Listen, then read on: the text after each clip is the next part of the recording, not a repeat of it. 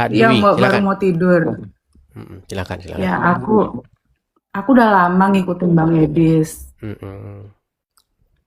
Udah setahun lah gitu. Mm-mm. Lalu?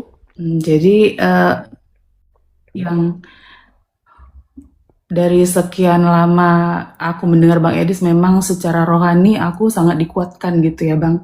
Puji Tuhan. Tapi memang beberapa waktu yang lalu, beberapa udah lama lah gitu, aku mengalami goncangan rohani.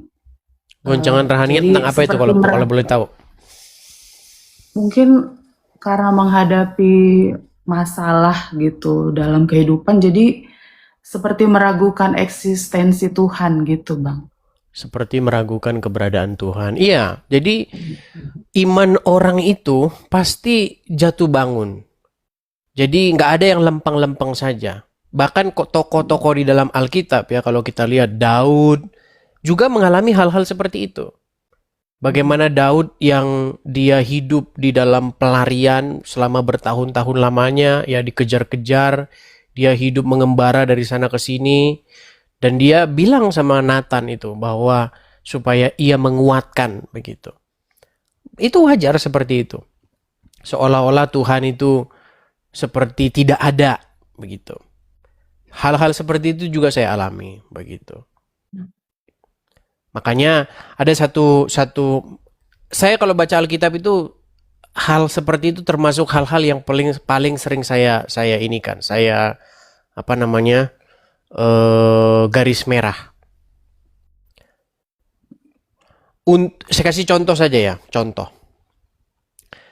Pernah suatu ketika orang Israel di Mesir, mereka menjerit atas penderitaan yang mereka alami. Bagaimana mereka hidup di dalam perbudakan, bagaimana mereka hidup ya seperti itulah, diperlakukan seperti dalam tanda kutip seperti binatang lah oleh Firaun pada waktu itu. Mereka hidupnya membakar batu bata, ya kan, makannya dibatasi dan lain sebagainya. Nah, suatu waktu Tuhan mengutus Musa kepada mereka. Betul nggak? Nah, ketika Tuhan mengutus Musa kepada mereka, nggak seperti orang-orang zaman sekarang. Tuhan berfirman kepadaku. Kan banyak orang begitu. Kan banyak orang. Tuhan bilang sama saya ini, Tuhan bilang. Zaman sekarang orang banyak sekali ngomong begitu kan. Ini langsung Musa loh. Musa itu kalau berbicara katanya berhadap-hadapan muka. Begitu. Nah, ketika Musa datang, orang Israel, bersorak-sorai,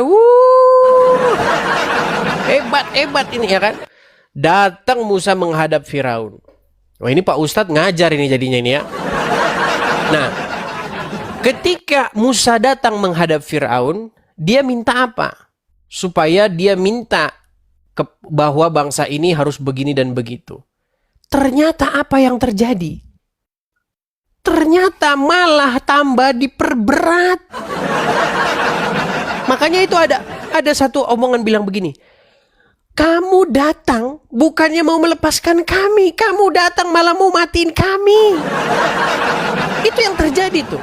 Bayangin, ini Tuhan udah ngomong langsung. Udah dia yang nyuruh. Outputnya, hasilnya tambah runyam. Bayangin, apa yang ada dalam pikiran orang itu? Ini Tuhan apa hantu? Pasti gitu kan? Ini Tuhan apa ini? Begitu. Makanya kalau kita baca itu, pada waktu itu semakin menderitalah orang Israel.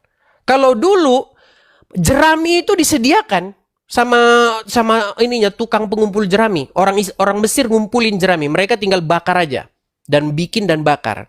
Sekarang karena Firaun itu ingin mencelakakan orang Israel, kamu harus cari jerami sendiri, bakar sendiri, bikin sendiri. Tapi jumlah batu batanya harus sama.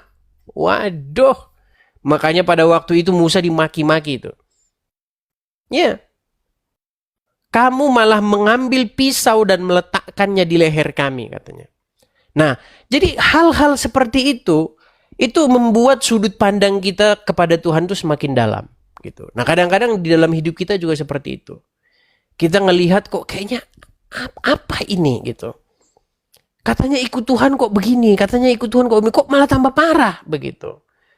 Tapi ya Iya Bang, karena banyak orang yang nggak kenal Tuhan, justru mungkin kehidupannya lebih, ya mungkin kita menilai dari sisi finansial aja gitu ya, lebih baik gitu. Tapi ketika kita menyerahkan hidup kita 100% kepada Tuhan, kok justru ketika kita ketimpa masalah, Tuhan itu seperti nggak hadir gitu. ya, Makanya seperti meragukan eksistensi Tuhan. betul. Maka ada satu juga peristiwa yang saya baca dalam Alkitab ya.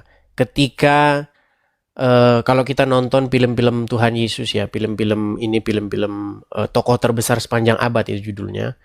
Bagaimana di situ ada satu adegan di mana ketika Yesus memanggul salib, kemudian dia terjatuh dan ada perempuan ingin memberi dia minum. Lalu omongan Tuhan Yesus itu begini, jikalau kepada ranting, kepada pohon yang hijau saja diperbuat seperti ini, terlebih-lebih lagi kepada pohon yang kering dan tidak berbuah. Kepada Yesus saja diperbuat seperti itu loh. Ya, ditelanjangi, ya digebukin, dipermalukan di muka umum. Itu kepada orang yang paling dikasih. Dalam Alkitab itu dikatakan hamba yang setia. Itu diperlakukan seperti itu. Gitu loh.